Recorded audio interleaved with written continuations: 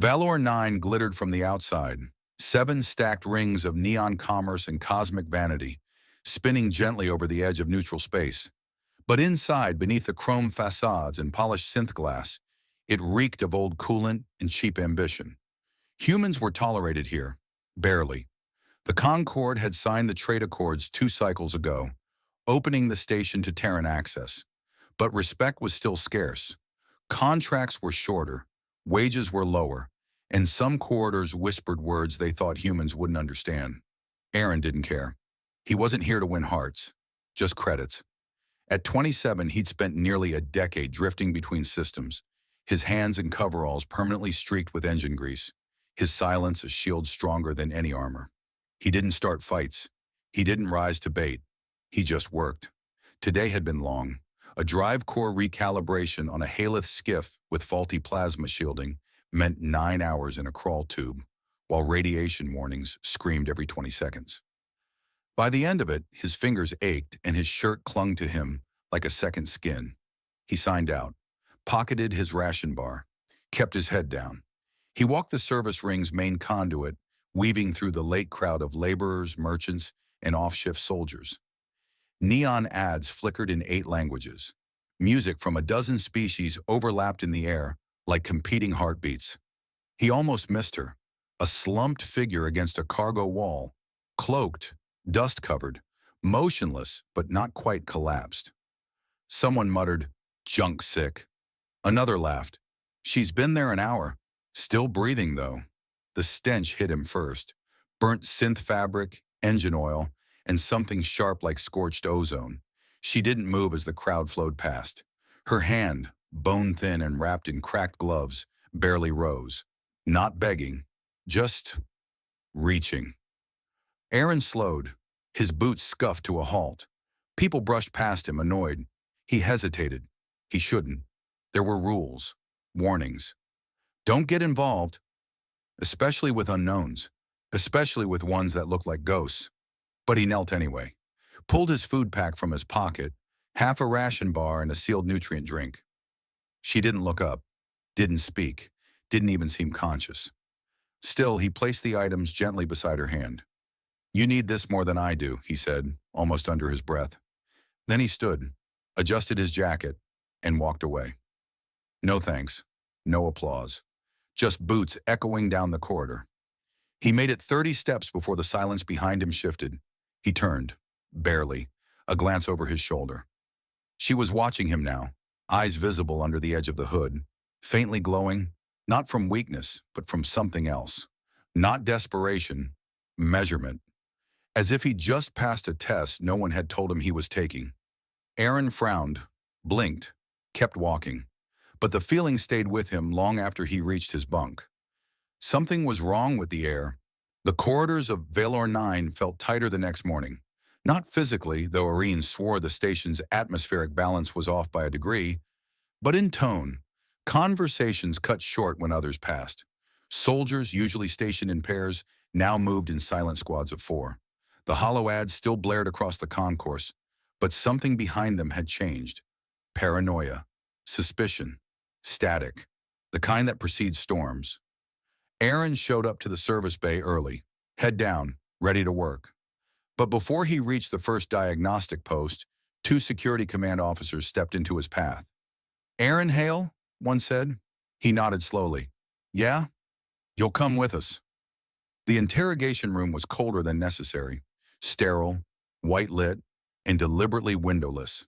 Not the kind of place station security used for dock brawls or minor tech violations.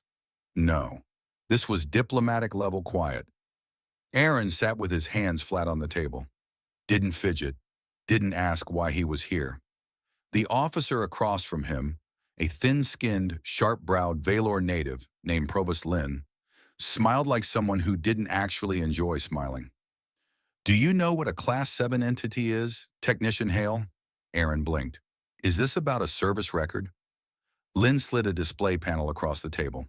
It showed nothing but the words, "Observation, Sector 7, G, Yilash, Cycle 140-2. A subject, human civilian violation, unauthorized interaction with unregistered Class 7. Aaron stared. I don't even know what that means. You interacted with a cloaked individual yesterday, Lynn said, folding his hands. Outside the merchant conduit. Irene's mouth tightened. You mean the woman? There is no woman on record, Lynn said flatly. That's impossible. She was. There were people around. Lynn tapped the screen. Surveillance footage was corrupted. Audio logs failed. Witnesses don't recall anything specific. Aaron felt the chill settle lower in his spine. She was just someone who needed food. Is that what you believe? He hesitated. Yes. The officer leaned in. This isn't about charity, Mr. Hale. This is about protocol, about risk. An unregistered Class 7 is not just a stranger. It's an anomaly, a potential weapon, a breach. Aaron didn't move. You were seen interacting with a threat classed unknown. This places Earth standing in the Concord under review. If you've made contact with something unstable, dangerous, or diplomatic in nature, you must report it. I don't know anything, Aaron said quietly. She didn't speak. She barely moved. Lynn narrowed his eyes. Then give us her location. I don't have one. That's unfortunate. Aaron leaned back in the chair. Is this how you handle all acts of kindness? The officer didn't smile this time. He just stood. You may go. For now. His quarters had been swept. Nothing moved. Nothing damaged. But the way everything felt, off, as if someone had entered while holding their breath.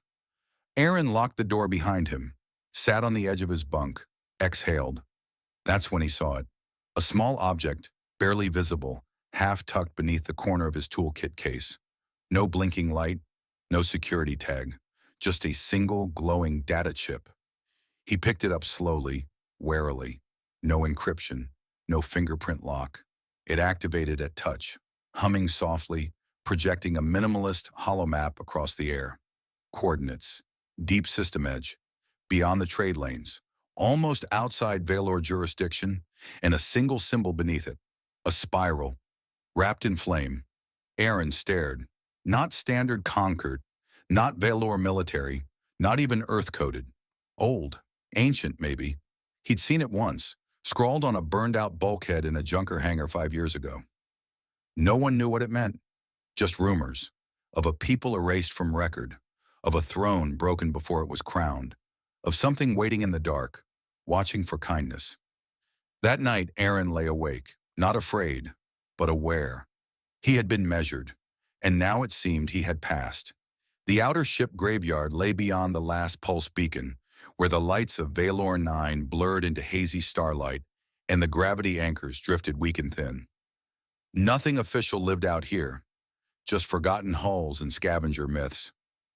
Aaron slipped past perimeter drones on a rented hauler barely held together with magnetic welds.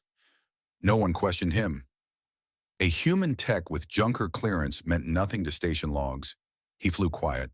The coordinates brought him to a skeletal spire, half submerged in the drifting carcass of a colony freighter, its lower decks twisted in time-frozen collision.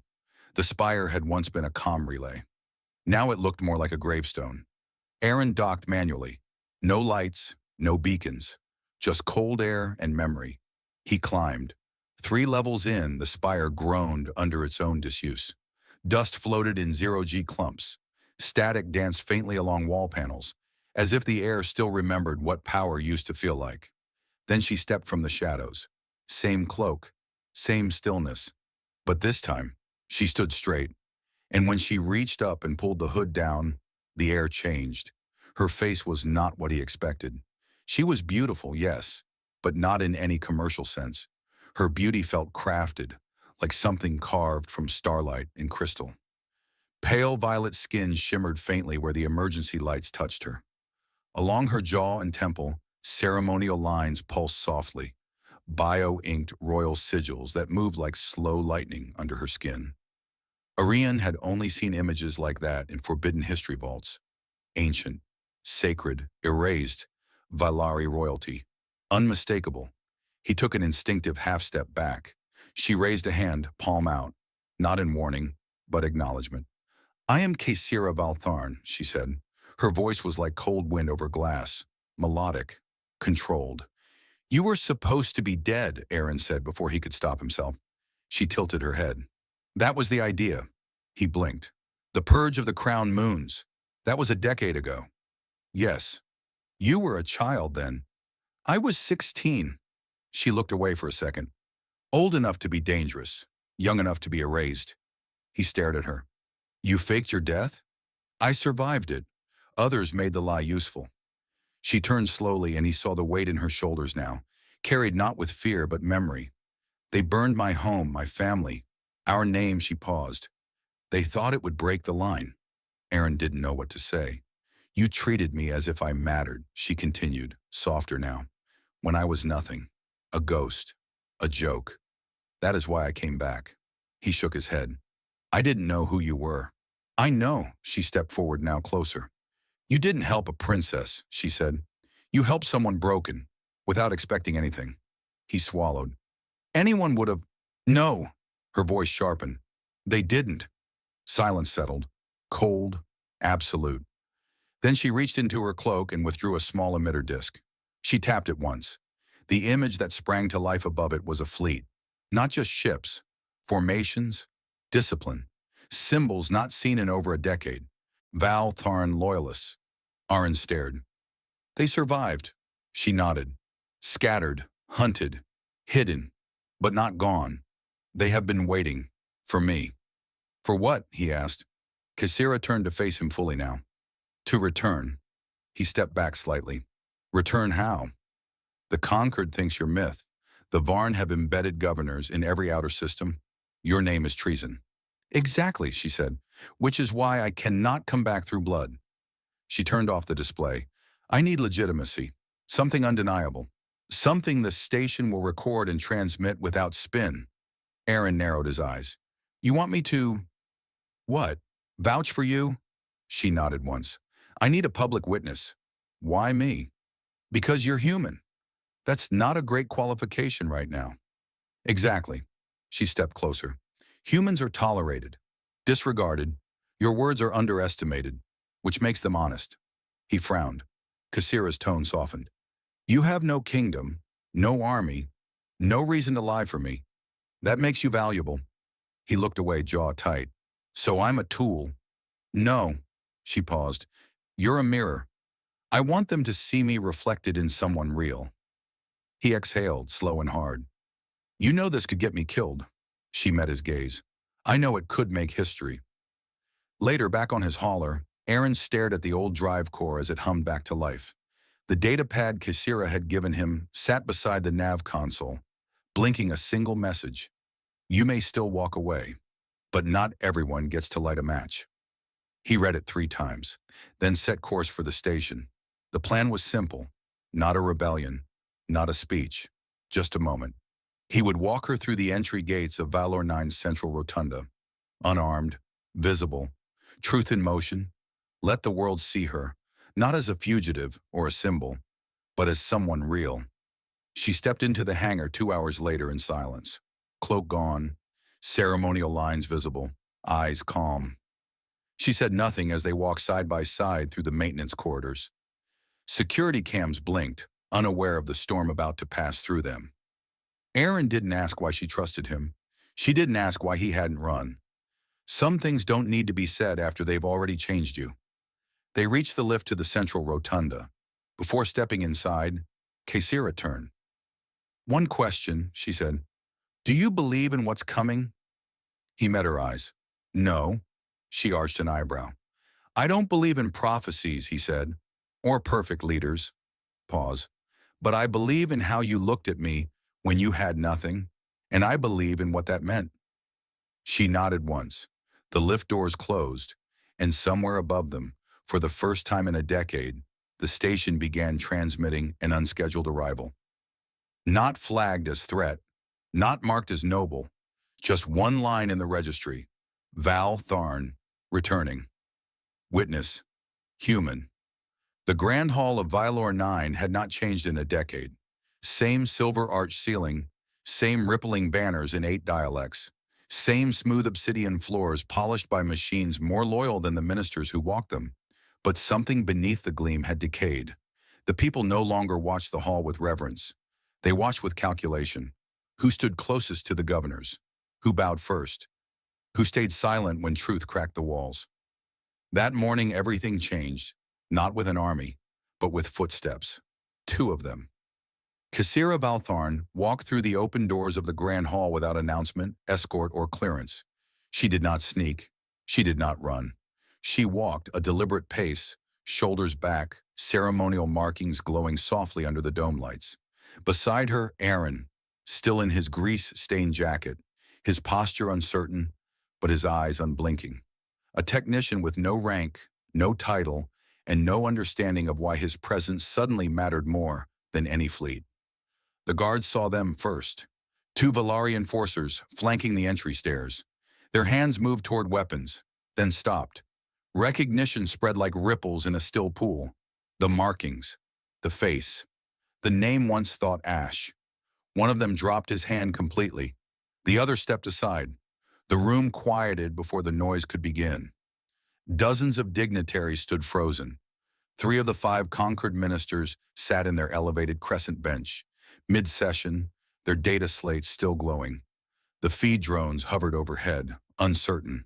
Then Cassira raised her hand, just a gesture, and every camera locked to her signal. No passwords, no codes, just a royal signature no system had seen in 10 years. She walked to the center of the dais and turned, faced them all. The lights dimmed automatically, a response keyed into the chamber's protocol routes, ancient, unaltered. A spotlight settled on her, and Cassira began. "You threw me into ash," she said. Her voice rang through the hall like wind cutting through frost. But a human reminded me of light. Aaron stood just behind her, silent, still, awed. He didn't understand what she was about to do, but he didn't need to. Cassira turned to the ministers. No hesitation. "You have ruled in shadows, behind closed halls. You've painted your silence as survival and your theft as necessity."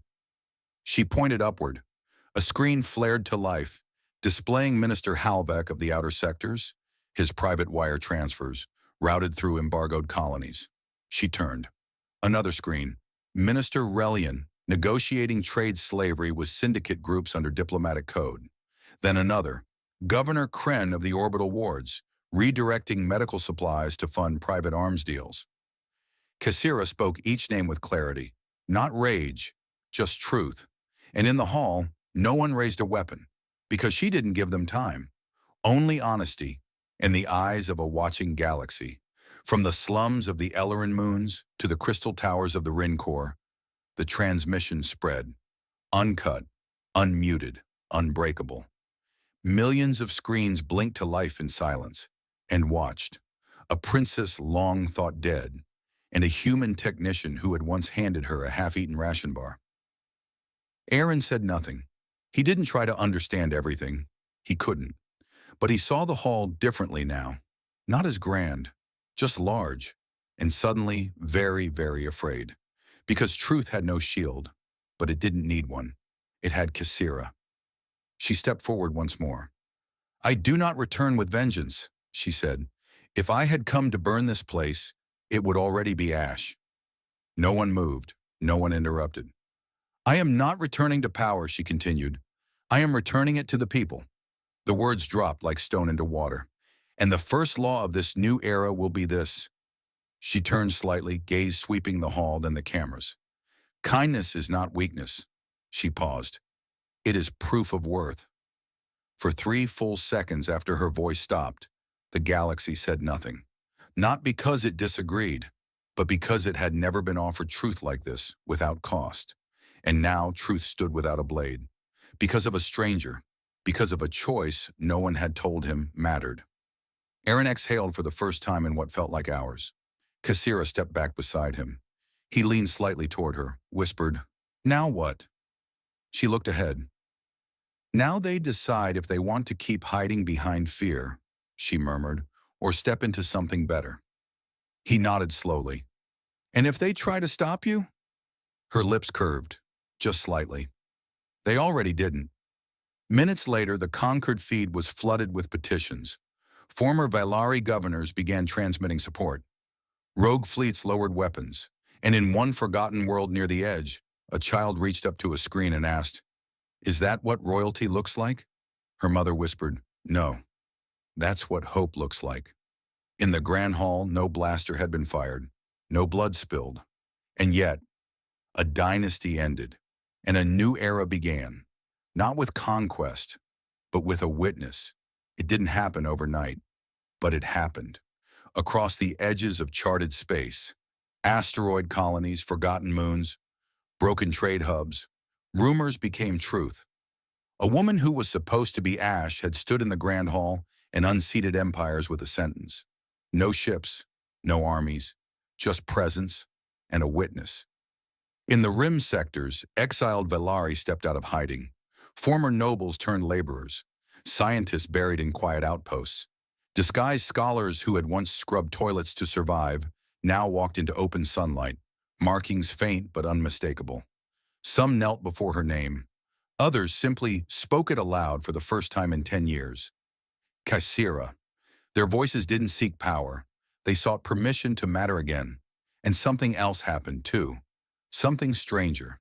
Humans, once barely acknowledged on the major stations, were now treated with a strange, almost reverent respect. Not fear, not pity, but attention. The kind that comes after someone quietly changes the shape of a storm. On Valor 9, Aaron Hale couldn't walk through a corridor without being noticed. Dock workers waved awkwardly. Merchants offered free rations in honor. Security officers stood up straighter when he passed, not out of deference, but something like curiosity, wondering if they'd missed something about the man with grease under his nails who had simply seen someone others ignored. He tried to keep working. Really, he did, but the messages kept coming. Thousands. Threats from those who saw Kaisira's return as betrayal. Worship from those who thought Arn was some kind of messiah figure, the kind catalyst. Diplomatic requests from 5 separate factions asking for a private audience with the human witness. He didn't answer most of them. He just kept fixing engine arrays and recalibrating power couplers like always. But the world no longer saw a technician. It saw a trigger. One afternoon, Kaisira visited his hangar. No entourage, no announcement. She watched him from the edge of the scaffolding as he repaired a melted grav stabilizer from an overclocked courier vessel. "You're really not going to stop doing that, are you?" she asked. Aaron didn't look up. "The stabilizer's out of alignment. It'll burn through 2 decks if I ignore it." She waited. Only when he stood and wiped his hands did he turn to face her. She held out a small data scroll. "Invitation to the First Council of Reconstruction. I want you there." He stared at it, then shook his head. "I just fixed engines. I didn't do this." Kaisira's smile was soft, not royal, not political. "Exactly. That's why you're the only one I trust." The new council gathered 2 weeks later on neutral ground, a hollowed-out ring station once used for weapons testing, now reworked into a clean dome of glass and gardens. Velari, humans, minor species once ignored by Concord law. Some came cloaked in history, some came barefoot, unsure how to enter history at all. Aaron attended, not to speak, just to see. He wore his jacket, still stained. He didn't bow, didn't try to be anything but himself. That was enough. When one delegate asked why Kaisira kept him near her circle, she answered without pause, "Because he remembers what we forgot." That power isn't earned through blood or brilliance, just by noticing someone who needed help. That was the new motto, unofficial but everywhere. Then came the banners. No crests of lineage, no old house sigils, just a spiral, wrapped in flame, on black cloth, first seen on Kaisira's private vessel, then above old Valerie cities, then outside human embassies. When a trader from the Merrill Crescent asked what it meant, Kaisira answered, "It's not for royalty, it's for reminder." A mural appeared on Valor 9, near the bay where Aaron had first met her. It showed no faces, just a cloaked figure seated in shadows, and a human kneeling, offering a meal. Above it, "Kindness is not weakness. It is proof of worth." Tourists came from 5 systems to stand beneath it. The ripple became a tide. Ministries fell, not from rebellion, but from silence. Their orders ignored. Their voices drowned beneath the weight of people who had remembered how to speak without fear. Trade networks shifted. Diplomacy softened. Kindness, documented, visible, repeated, became a currency. One you couldn't counterfeit. Aaron received a message from a human child living on a former slave moon. It read, "We saw you stand behind her. I think that means I can stand too." He didn't reply. He didn't need to. Later, when Kassira asked if he'd ever accept a title, Aaron laughed once, dry and quiet. "Titles need people to believe in them," he said. "I just did what anyone should have done." She looked at him then, not as a symbol, as a standard. The new council adopted a term, witness class, non-noble civilians whose actions alter interstellar policy through moral action alone. Aaron's name became the first on the scroll. He asked them to remove it. They didn't, but they did let him go back to engine work, which he preferred. Kassira led the movement, yes, but it was Aaron's quiet refusal of glory that made the galaxy believe it. One had returned from exile. The other had never left humanity in the first place. And the banner? It didn't stand for an empire. It stood for a moment, when someone who could have walked away didn't. Somewhere deep in the systems, a new saying passed between young travelers and old rebels. If you see the spiral, remember what it means. What? That someone knelt before power ever did. Earth looked different now, not in architecture. The cities still reached upward with glass and steel, and the sky still shimmered with the faint blue haze of the upper orbital lanes. But the people had changed. As Aaron walked the streets of his old district, children ran past him laughing, their jackets fluttering behind them like capes. One wore a flame spiral pin on his collar, another had it painted on her boots. Not many recognized him. That was the way he liked it. But the murals did. Blocks away from his childhood home, an entire wall bore the image of a cloaked figure, seated weary, face hidden in shadows. And in front of her, a young man kneeling, offering something from his hand. Not a sword, not a data chip, just food. The colors were soft, no signature, but someone had placed a small plaque beneath it, ashes into light, dedicated to the moment that mattered. Aaron stared at it for a while, not because he was proud, because he remembered how ordinary it had been. He bought a coffee from a corner vendor, same taste he remembered, but now served in a cup with a spiral embossed at the rim. As he sat on a bench, a news stream played on a nearby holoscreen. A commentator with polished hair and faraway eyes spoke to the masses. In an age ruled by weapons and code, it was a meal that turned history. One act, no speech, no camera. And now the conquered rewrites its charter to include kindness as a civic virtue. Some say it's soft, others say it saved us all. Aaron turned off the screen. It was never about saving anything. It was just a moment. One he never expected to ripple this far. Back on Velor 9, Kassira walked openly through the halls of the station. No guards, no fanfare. Her cloak was still dark, still ceremonial, but it no longer hid her. The hood remained up only for tradition now, not safety. And when she passed people in the concourse, they didn't bow. They nodded, like equals, like citizens. Her council chamber no longer sat on a raised platform. It was a circle, low, grounded, accessible. 8 chairs, one always empty. No one ever asked why, because everyone knew. Somewhere near the rim, a young ambassador told a class of students, "That chair isn't for a ghost. It's for the reminder that we're not here because someone claimed power.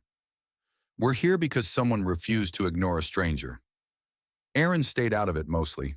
He declined every formal title, every offered fleet, medal, monument. He still answered his own comms, still fixed systems that broke mid-flight, still wiped grease off his sleeves before meeting anyone important. Kassira only visited once since he returned to Earth. They didn't talk politics, just walked by the ocean in silence for nearly an hour. As the tide reached her boots, she said only one thing. "You weren't supposed to see me that night." Aaron had smiled faintly. "You weren't supposed to be invisible." They didn't need to say more. Some friendships live in the space between what's said. The flame spiral, spread, not like conquest, but like memory, painted on shields, embroidered on sleeves, etched into the corners of peace treaties, and worn into the metal of colony gates. It wasn't a symbol of royalty. It wasn't even Kaisira's. It belonged to no one, because it reminded everyone. Even fallen stars can rise, if someone just kneels to lift them.